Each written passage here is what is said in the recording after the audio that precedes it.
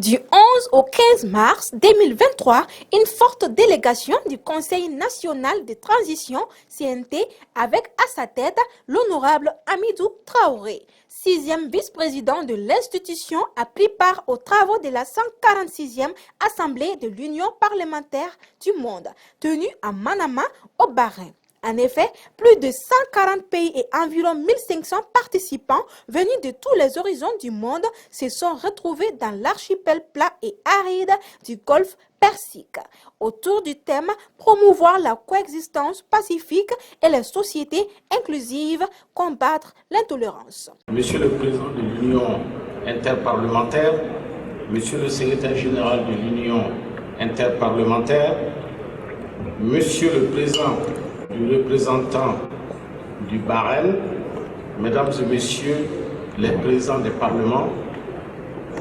permettez-moi, au nom des plus hautes autorités de la République du Mali, son Excellence le colonel Assimi Goïta, président de la transition chef de l'État, au nom de l'honorable colonel Malik Diaw, président du Conseil national de transition que je représente à cette plateforme parlementaire mondiale de plus de 170 pays et 1700 participants représentés par cette plateforme.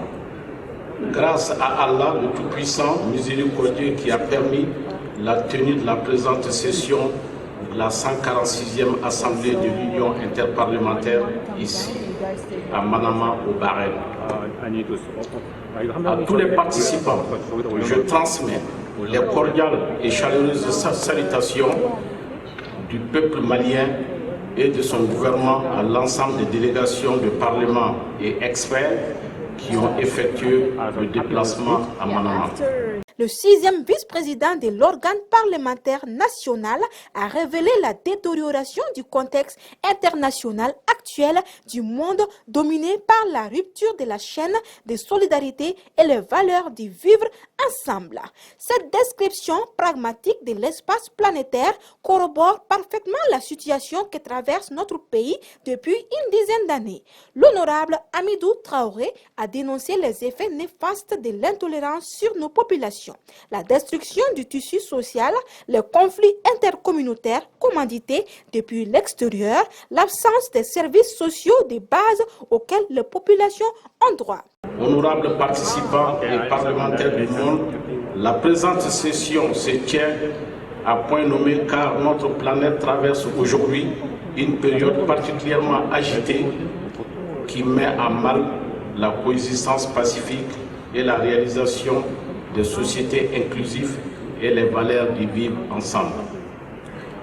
Monsieur le Président, chers invités, le thème du débat général de cette Assemblée, promouvoir la coexistence pacifique et les sociétés inclusives, combattre l'intolérance, reflète aujourd'hui la préoccupation de la grande majorité des citoyens du monde et des sociétés démocratiques. Ce débat général qui nous est proposé en tant que Parlement est assez évocateur et interpelle.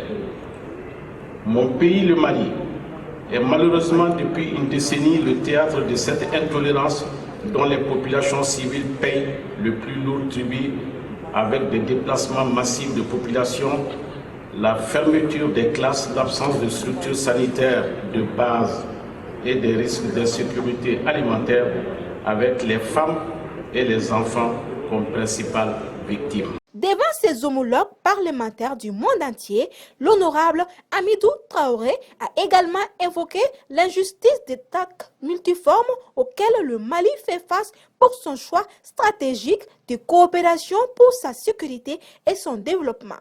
En outre, il n'a pas manqué d'exposer la vision du Mali au cours de cette Assemblée de l'Union interparlementaire mondiale.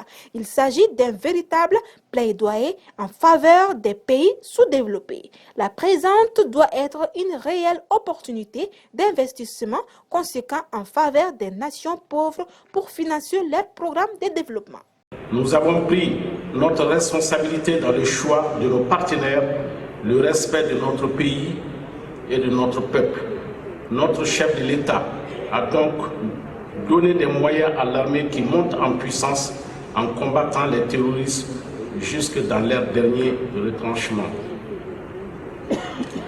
Mesdames et messieurs, honorables participants, cette assemblée se doit d'être une opportunité pour les pays sous-développés d'obtenir des investissements conséquents pour soutenir les programmes de développement prioritaires, de pouvoir financer leur économie de manière à permettre à ces États de pouvoir faire face aux défis que sont la lutte contre la pauvreté, l'accès à la santé et à l'éducation, l'autosuffisance alimentaire et la sécurité. En effet, mesdames et messieurs, chers collègues parlementaires, les citoyens du monde attendent des résultats. Beaucoup de discours depuis plus de 100 ans, mais très peu de progrès. L'heure est à l'action et au pragmatisme. Il faut agir et chaque minute compte pour de nombreuses populations défavorisées dans le monde. Pour cette raison, nous espérons que cette 146e Assemblée sortiront des résolutions courageuses pour combattre l'injustice. Les États riches doivent se faire face à leur devoir de responsabilité afin d'aider les pays en voie de développement à promouvoir la coexistence pacifique et les sociétés inclusives combattre l'intolérance pour l'amélioration des conditions de vie et des populations. Je vous remercie.